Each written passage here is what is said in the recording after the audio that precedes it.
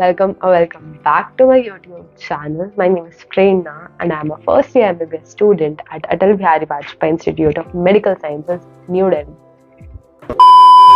So, in this video, I'm gonna be telling you about how I used to study for 15 hours and also solve mock test in that time only and physics, chemistry, biology किसको कितना time देती थी and मैं कैसे पढ़ती थी last के 3 months में because जो भी इस चैनल को पहले से देखता है उन्हें पता होगा कि मैंने लास्ट के 3 मंथ्स में ही पढ़ाई करी है। मैंने अपने फर्स्ट अटेम्प्ट में मेरे मार्क्स मतलब सबको पता होगा 2021 की जो काउंसलिंग थी वो बहुत डीले थी, तो मैंने लास्ट के 3 मंथ्स में पढ़ाई करी है एंड तब मेरा टाइम टेबल क्या रहता था मैं इस वीडियो में वही बताऊंगी। So do watch the video till end if you haven't subscribe my channel do subscribe it, क्योंकि this video is gonna be a life saver. मतलब तुम्हें अभी भी कितना टाइम पढ़ना है, कितना नेसेसरी है तुम्हारे लिए पढ़ना और किस टाइप से उसे मैनेज करके पढ़ना है, बिकॉज बहुत बच्चों ने मेरे से टाइम टेबल की वीडियो पूछी थी। So this video is gonna be about that only. So starting with मैं हाईएस्ट टाइम था ये जो मैं पढ़ पाती थी लाइक 14 to 15 आवर्स, ये बिल्कुल मैक्सिमम टाइम है। एंड कभी अगर थोड़ा टाइम वेस्ट हो गया है, कुछ हो गया, तो ये टाइम मेरा 12 या फिर 11 पे भी आ जाता था। ऑब्वियसली सबका आएगा, 3 महीने तुम इतना कंसिस्टेंट नहीं रह सकते, बट इस चीज़ को ट्राई करो कि अगर एक दिन तुम 15 घंटे पढ़ रहे हो और नेक्स्ट डे 11 पढ़ रहे हो तो उसके नेक्स्ट वापस 15 पे जाने चाहिए। ये नहीं कि तुम लगातार 11, 12 पे ही रह रहे हो। टाइम मैटर करता है। बहुत बच्चे बोलते हैं नहीं कि सबकी अपनी स्पीड होती है, ठीक है सबकी अपनी स्पीड होती है, बट मैं उस क्राउड की बात कर रही हूँ जिनने अभी तक पढ़ाई अच्छे से नहीं करी है। तो तुम्हें अभी टाइम देना जरूरी है।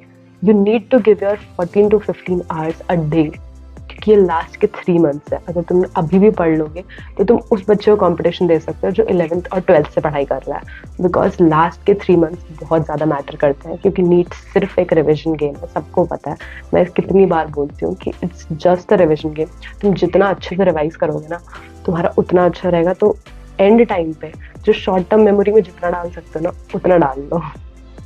मैं तुम्हें बताती हूँ कि मैं अपने लिए 15 आवर्स कैसे मैनेज करती थी। लाइक 24 आवर्स है आपके पास, ठीक है, तो उसमें से 6 घंटे सोना है। ऑब्वियसली 6 से ज़्यादा नहीं सोना, बिल्कुल भी नहीं सोना। और ये 6 घंटे बिल्कुल प्रॉपर रात को मेन टाइम पे सोना है।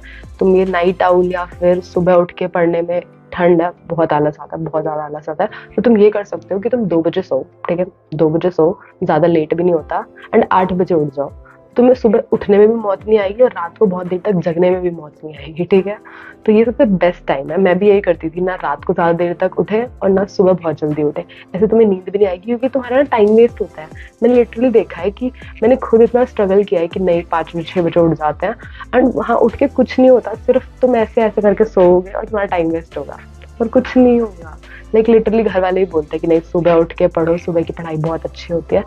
बट अगर तुम उठ के सो ही रहे हो और नहीं पढ़ पा रहे, अपना फोकस नहीं कर पा रहे, तो वेस्ट है वो टाइम, ठीक है। तो ये 6 घंटे तो तुम्हें ये देना है। और दिन में जैसे तुम अगर 8 बजे से पढ़ना स्टार्ट कर रहे हो तो मैं तुम्हें रिकमेंड करूंगी कि 2 बजे से देखो पेपर होता है, तो 12 से 1 के बीच में बस 10-15 मिनट के लिए एक पावर नैप ले लो, ठीक है। ऐसे जो तुमने सुबह से पढ़ा है ना वो तुम्हारा माइंड रिफ्रेश रहेगा और उसके बाद फिर तुम अपना एक टेस्ट 2 to 5 तो मैं यही रिकमेंड करूंगी, एक टेस्ट लगाओ तुम, ठीक है। क्योंकि एक टेस्ट पेपर अगर तुम्हें पूरा फुल मॉक नहीं देना ना तो तुम भी जो भी अभी सब्जेक्ट टेस्ट दे रहे हो या फिर फिजिक्स का है, किसी के भी सिर्फ क्वेश्चन प्रैक्टिस भी कर रहे हो, तो मैं तुम्हें ये रिकमेंड करूंगी 2 to 5 वाले लाइफ स्पैन मतलब टाइम पीरियड में ही करो वो चीज़, ठीक है। क्योंकि वो तुम्हें तब के टाइम पे तुम्हारे दिमाग में बहुत शार्प चलेगा। ये सब रिकमेंड करते हैं ये चीज़। तो 2 to 5 के अंदर ही तुम्हें क्वेश्चन करने हैं अपने मोस्टली, ठीक है। और जो 20 मिनट है ना पेपर के, 3 घंटे 20 मिनट, उन 20 मिनट को ना भूल जाओ, क्योंकि वो 20 मिनट ना तुम्हारे पेपर को हैंडल करने में निकल जाएंगे। तुम यही सोचोगे तुम्हारा पेपर 3 घंटे का ही है, उसी के टाइम के हिसाब से चलो। सोचो ही मत कि तुम्हें 20 मिनट मिल रहा है, ठीक है। तो ये चीज़, और उसके बाद नॉर्मली पढ़ाई करो एंड फिर वापस 2 बजे। तो अब मैं तुम्हें ये बता देती हूँ कि इन 15 घंटों में तुम्हें डिवाइड कैसे करना है। लाइक 15 में से 9 घंटे मैं क्या करती थी, 15 में से 9 घंटे लिटरली 3 घंटे बायोलॉजी, केमिस्ट्री और फिजिक्स, ये तीनों सब्जेक्ट को एटलीस्ट 3 घंटे तो पढ़ना ही पढ़ना है। मतलब रिवाइज करना है। क्वेश्चंस की बात नहीं कर रही हूँ मैं, सिर्फ रिवाइज करना है। नई चीज़ें पढ़नी है अगर तो वो सारी चीज़ें करनी है, ठीक है।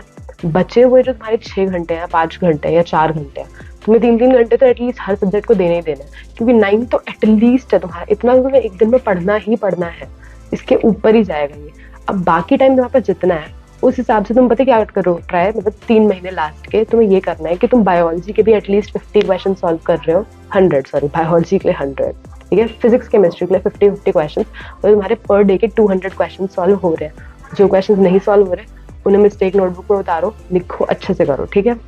बहुत बच्चे मेरे से एनसीईआरटी क्वेश्चंस के बारे में पूछते हैं कि दीदी आपने कहाँ से करे थे या फिर कहाँ से हमें करने चाहिए, जहाँ पे बिल्कुल एनसीईआरटी बेस्ड क्वेश्चंस हो। तो I would recommend you that you can take Memonite, because the most convenient app है आपके लिए। मतलब ऑनलाइन है एक तो सबसे बड़ी बात, बहुत मजा आता है सॉल्व करने में क्वेश्चंस, थोड़ी सी मतलब बोरिंग नहीं लगता। एंड अगर आप कंपेयर करो ना तो 2022 के 90% क्वेश्चंस उसी ऐप से आए थे। मैं हमेशा बताती हूँ आपको कि मेमोनीट के क्वेश्चंस कितने ज़्यादा मतलब एनसीईआरटी बेस्ड होते हैं। लाइक लिटरली हर एक लाइन से उनने क्वेश्चंस बना रखे हैं वहाँ पे प्रैक्टिस करने के लिए आपके लिए। एंड बहुत ज़्यादा मैच द फॉलोइंग या फिर असर्शन रीजन बहुत ज़्यादा के फॉर्म में है क्वेश्चंस, तो मतलब आपको करने में भी बहुत ज़्यादा मजा आएगा। बिकॉज इस टाइम सबसे ज़्यादा बायोलॉजी में जैसे लास्ट ईयर क्वेश्चंस आए थे that were assertion and reason based, तो ऐसे टाइप के क्वेश्चंस प्रैक्टिस करना आपके लिए इस टाइम पे बहुत ज़्यादा ज़रूरी है। एंड फॉर फिजिक्स जो इम्पॉर्टेंट टॉपिक्स हैं उसके ऊपर उनने स्पेशली वीडियोस बना रखी हैं, तो अगर किसी को सिर्फ इम्पॉर्टेंट टॉपिक्स करने हैं तो वो भी वहाँ से कर सकते हैं। फॉर्मूला शीट्स अवेलेबल है, सब कुछ अवेलेबल है इस ऐप के अंदर, तो तुम इसे ज़रूर चेक कर सकते हो। एंड इनकी टेस्ट सीरीज जो है वो बिल्कुल प्योरली एनसीईआरटी बेस्ड है एंड इसकी कॉस्टिंग है 199। And if you use my code that is prerna300 then you will get a discount of 300 rupees. So do check the description box for the link. So this was about कि आपको questions कहाँ से करने हैं, ठीक है। अब मैं आपको बताती हूँ कि आपको टाइम मैनेजमेंट, मैंने आपको 3-3 घंटे बता दिए जो आपके लीस्ट है कि आपको हर एक सब्जेक्ट को देने ही देने हैं।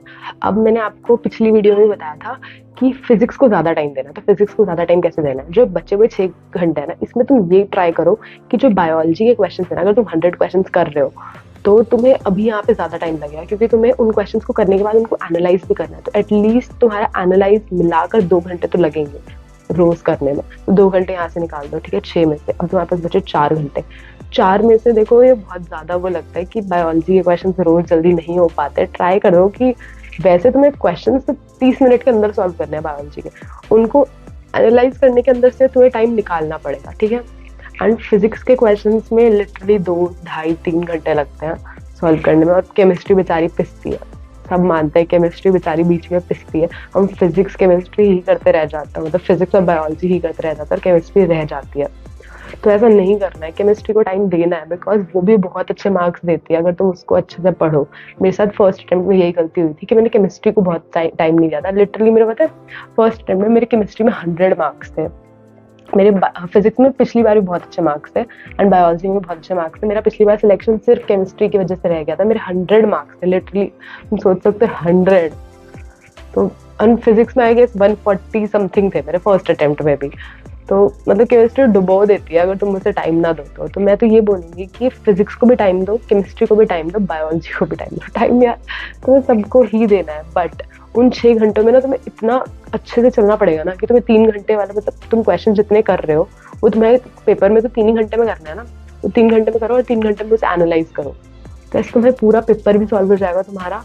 तो अभी तो तुम उनको अलग अलग भी कर सकते हो, बट बाद में क्या करना पड़ेगा, तुम्हें 3 घंटे उनको प्रॉपर क्वेश्चन करने पड़ेंगे और फिर उसको एनालाइज करना पड़ेगा। एनालाइज करना द मोस्ट इंपॉर्टेंट थिंग जो है ना तुम्हारे लिए, वो पेपर को एनालाइज करना है। कोई फायदा नहीं होगा तुम उस क्वेश्चन को करके एनालाइज नहीं कर रहे, तो कोई भी बेनिफिट नहीं होगा उस पेपर को सॉल्व करने का। तो जितने ज़्यादा से ज़्यादा मॉक्स कर सकते हो आज की डेट में उतने करो। लाइक मैं तो तुम्हें ये रिकमेंड करूंगी कि अभी तुम वीक के अंदर 2 दो, एटलीस्ट 2 दो। जो बच्चे बिल्कुल नहीं दे रहे ना, ये उनके लिए। जो दे रहे हैं तुम तो उसे इंक्रीज ही करो। तुम्हें लिटरली इतने उस पर आना है कि तुम रेगुलरली एक टेस्ट दो, ठीक है। जो बच्चे मतलब ऑल इंडिया रैंकर से सब होता है ना, लाइक लिटरली वो तो 2 पेपर्स भी देते हैं दिन के अंदर, ठीक है। तो तुम्हें उतनी स्पीड तक जाना है कि तुम वो भी कर पाओ। इतना अच्छे से रिवीजन तुम्हारा होना चाहिए, शॉर्ट नोट्स बिल्कुल हर एक चीज के रेडी होने चाहिए। फिजिक्स के अंदर, केमिस्ट्री के अंदर, बायोलॉजी के अंदर, सबके शॉर्ट नोट्स रेडी होने चाहिए।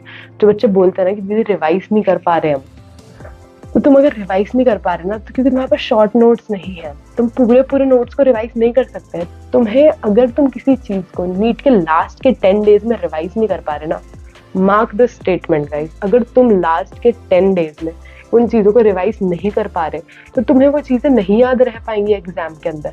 तो तुम्हें इस हिसाब से उन नोट्स को बनाना है कि तुम लास्ट के 10 डेज में उन सारी चीजों को कवर कर पाओ। जितने भी एनिमल किंगडम की सारी चीजें है ना, एंड इनऑर्गेनिक केमिस्ट्री वो याद नहीं होती, इन सब के नोट्स तुम्हें लिटरली इतने शॉर्ट बनाने हैं ना कि तुम लास्ट के 10 डेज में उन्हें अच्छे से रिवाइज कर पाओगे। एंड फॉर्मूला शीट्स, फिजिक्स की फॉर्मूला शीट्स बनाओ। केमिस्ट्री में देखो जो फिजिकल है उसके लिए फॉर्मूला शीट्स बनाओ, एंड जो इनऑर्गेनिक है उसके लिए तो तुम्हें प्रॉपर लिखना पड़ेगा कि ये एलिमेंट का ये है वो है, इतना ज़्यादा कंफ्यूजिंग होता है। एंड ऑर्गेनिक में रिएक्शंस, एंड बायोलॉजी में तो तुम्हें पता है कौन से चैप्टर से एग्जाम्पल्स कितने ज़्यादा भरे हुए हैं, मॉर्फोलॉजी में and plant kingdom, animal kingdom, इन सबके शॉर्ट नोट्स बिल्कुल टिप टॉप रेडी होने चाहिए तुम्हारे लास्ट के टाइम पे रिवाइज करने के लिए, क्योंकि जो चीज़ें तुमने रिवाइज कर ली ना उनमें तो तुम्हारे मार्क्स कहीं नहीं जा रहे, ठीक है। तो रिवीजन पे सबसे ज़्यादा ध्यान देना है कि तुम आखिरी में कैसे रिवाइज कर पाओगे उन चीज़ों को। तो जितना मैक्सिमम से मैक्सिमम टाइम दे सकते हो ना अपनी पढ़ाई को उतना दो। लाइक लिटरली सारे काम छोड़ दो, घर में भी कुछ करने की जरूरत नहीं है, सिर्फ पढ़ाई करो, सिर्फ पढ़ाई करो।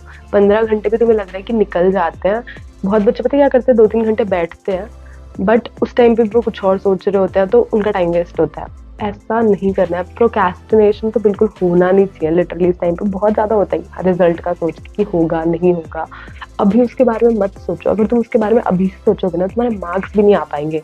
तो अभी तुम सिर्फ पढ़ाई में ध्यान दो, जो होगा रिजल्ट का देखी जाएगी। अभी बस अपने आप पे यकीन रखो कि नहीं मैं कर सकता हूँ या मैं कर सकती हूँ, एंड सिर्फ पढ़ाई करो।